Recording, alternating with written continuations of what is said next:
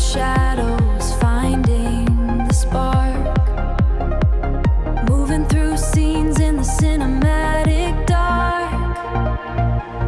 Behind the surface, we find the truth in the games of our minds and the wisdom of youth. Behind the cue, the solution is clear.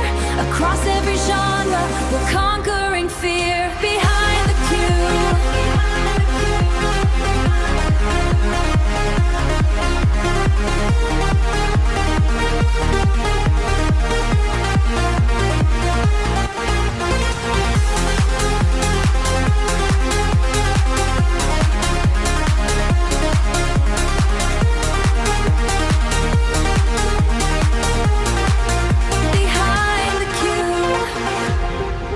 Let the journey begin. Let the journey begin.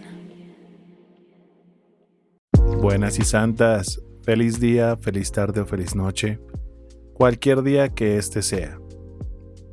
Hay un tema del que esta industria no habla, no porque no exista, sino porque el que lo vive no lo puede reportar y el que lo podría resolver no lo quiere escuchar. El burnout de la gente tiene nombre, tiene programa de bienestar, tiene política de HR, tiene encuesta de clima. Hay hasta un cartelito en la sala de break que dice tu bienestar importa. El del supervisor, el gerente, ese no aparece en ningún reporte, no tiene programa, no tiene política y nadie le pregunta cómo está. En serio, no es una encuesta anónima que nadie lee. Y sin embargo, es el que más le cuesta la operación. Hoy vamos a hablar de eso, de lo que pasa a la gente que está en el medio del todo, entre el C-level y el floor, absorbiendo lo que el sistema no resuelve, de por qué se van sin decir nada, de lo que les cuesta las operaciones cuando eso pasa y de lo que nadie está haciendo al respecto todavía. Esto es Behind the Cue, episodio número 8. Y pues ustedes estarán preguntando, bueno, ¿y por qué estamos hablando de este tema? Porque esto es algo que de verdad no solamente he pasado yo de manera personal, sino también con la gente que yo he trabajado y he tenido a cargo. Y también he conocido bastantes historias un poco complicadas por parte de gente conocida. Así que voy a arrancar con algo que tal vez suene obvio, pero que muy poca gente está diciendo en voz alta en el sector. La industria lleva años invirtiendo en bienestar de la gente y está bien, hay que hacerlo.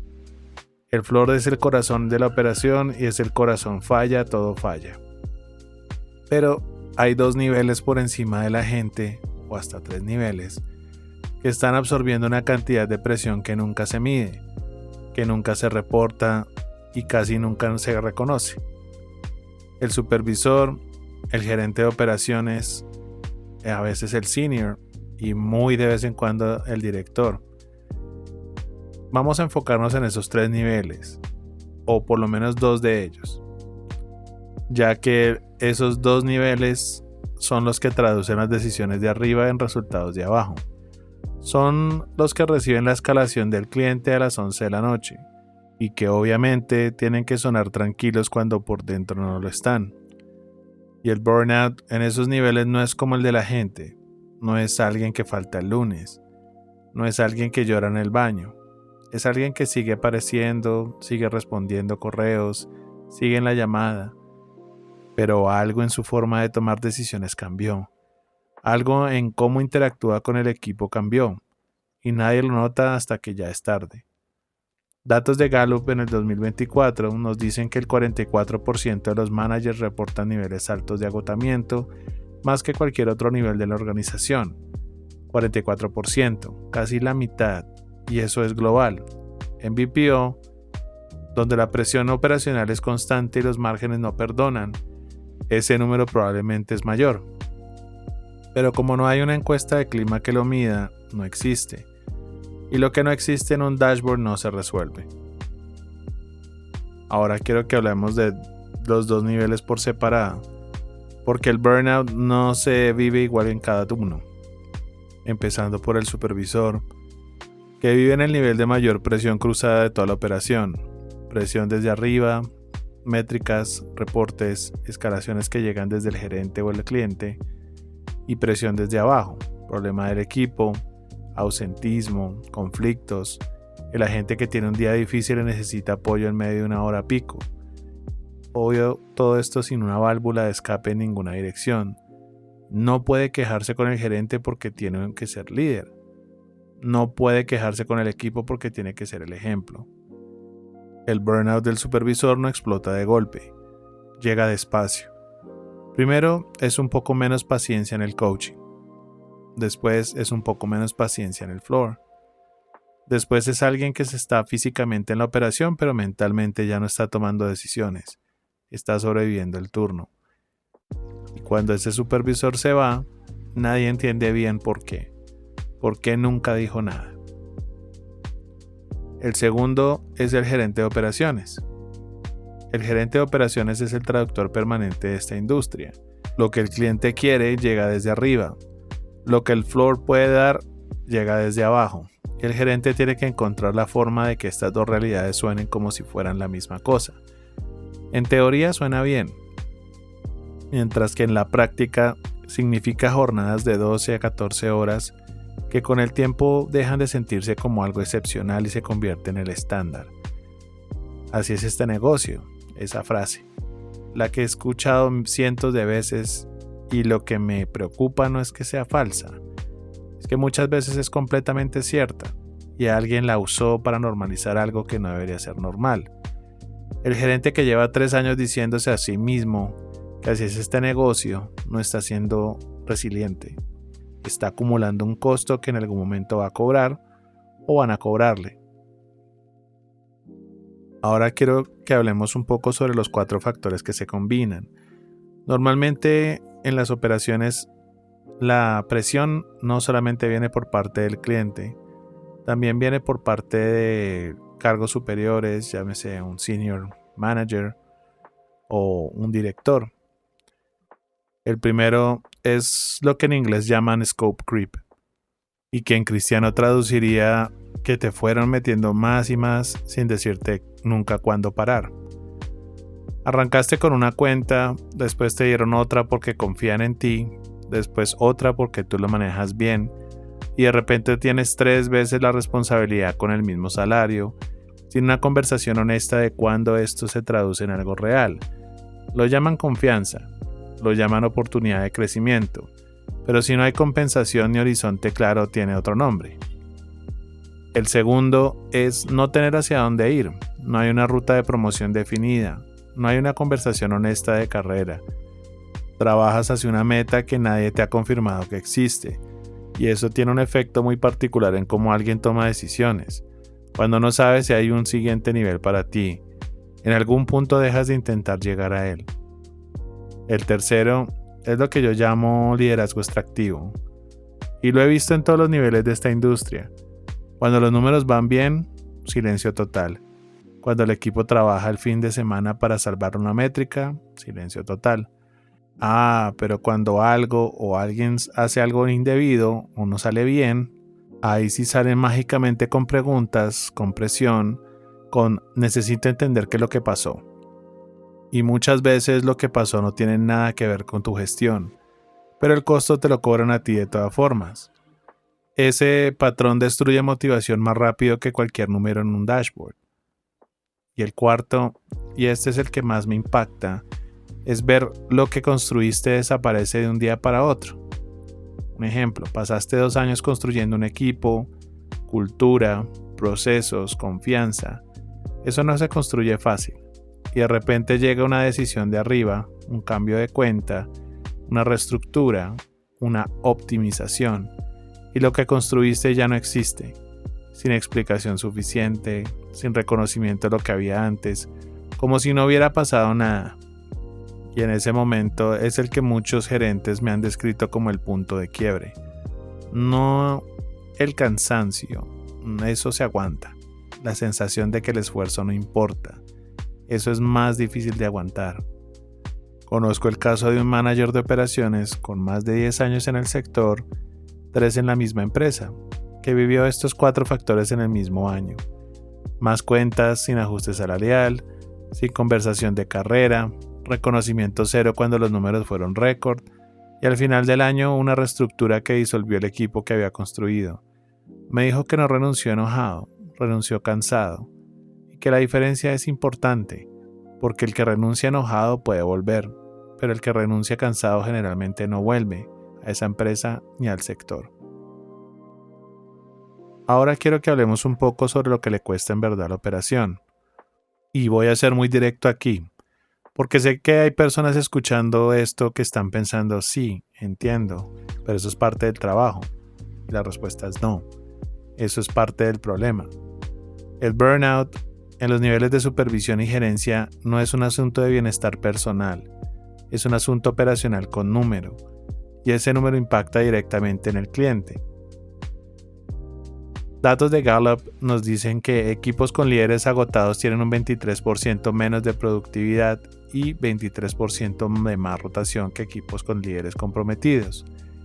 23% de rotación adicional. Eso en una industria donde la rotación ya es uno de los costos más grandes. Es dinero real que sale de la operación y no sale de golpe, sale despacio. Sale cuando el supervisor quemado hace un coaching malo. Sale cuando el gerente agotado toma una decisión reactiva en vez de estratégica, y que llega a un nivel de desconectamiento que deja de defender a su equipo en las reuniones de arriba. Y a la final tu cliente lo siente antes de que aparezca en un reporte, porque el CSAT empieza a moverse, las escalaciones aumentan, y nadie entiende bien por qué, porque en el dashboard todo parece estar igual. Hasta que el supervisor se va, o el gerente, y entonces todos preguntan ¿qué pasó? Lo que pasó es que nadie preguntó cómo estaban antes de que fuera tarde. Para rematar, el burnout invisible no aparece en ningún dashboard, pero aparece en la rotación, en el CSAT y en las decisiones que nadie puede explicar después. Y ya para ir cerrando, y como es bien conocido en este podcast, vamos a nuestro segmento de mito realidad. Esta semana, 3 afirmaciones que circulan en esta industria, en reuniones de gerencia, en grupos de WhatsApp, en las conversaciones que tienen cuando alguien anuncia que se va. Mito número 1. El que no aguanta la presión no es por este negocio. Eso es un mito. Porque la presión es parte del rol, eso es real. Pero el agotamiento crónico sin gestión no es fortaleza. Es un fallo del sistema disfrazado de exigencia. Y si el único filtro para saber si alguien es para este negocio es cuánto aguanta, el problema no es la persona, es el diseño. Mito número 2. Los líderes no se quejan, eso es parte del cargo. Y eso es un mito. No quejarse no es liderazgo, es el mecanismo más efectivo para que el problema nunca se resuelva. Un líder que no puede decir esto no va a funcionar o que esto no está funcionando no es fuerte. Es una señal de que la cultura no es segura para este tipo de conversación y eso le cuesta caro a la operación. Mito número 3. Si te dan más cuentas es porque confían más en ti. Y eso es un mito. La realidad es que la confianza sin conversación, sin compensación y sin horizonte claro no es reconocimiento. Es una narrativa cómoda para expandir responsabilidades a un costo adicional. Y funciona, pero hasta que deja de funcionar. Generalmente cuando el gerente o el supervisor ya decidió que se va. Y para rematar, decir que el mito más peligroso de este sector es que aguantar es una virtud, y no lo es. Es un costo que alguien está pagando y que tarde o temprano la operación también paga. Ya para cerrar nuestro episodio, para las organizaciones 3 preguntas. Si eres líder de operaciones, antes de cerrar este episodio te dejo 3 preguntas como siempre lo he hecho, y no son retóricas, son para que las anotes y las respondas con honestidad. Pregunta número 1. ¿Tienes algún mecanismo real para medir el bienestar de tus mandos medios o solo la gente? No una encuesta anónima que nadie revisa, algo real, y que sin embargo no es tan anónima como siempre lo dicen. Pregunta número 2. ¿Cuándo fue la última vez que alguien le preguntó a su gerente de operaciones o a su supervisor cómo estaba? En una conversación directa sin agenda ni métricas. Pregunta número 3. ¿Sabes cuánto te está costando el burnout silencioso en este nivel? No en abstracto, en rotación, en decisiones reactivas, en lo que no está construyendo porque la gente está en modo de supervivencia. Y esto va para los supervisores y los gerentes. Si eres el supervisor o el gerente que estás escuchando esto y reconociendo algo de lo que describí, este mensaje es para ti. Lo que estás viviendo tiene nombre. Y nombrarlo no es quejarse, es el primer paso para decidir qué haces con esa información. El sistema no va a cambiar solo, eso es real, pero tú puedes decidir cuánto más vas a absorber antes de que el costo sea tuyo y solo tuyo.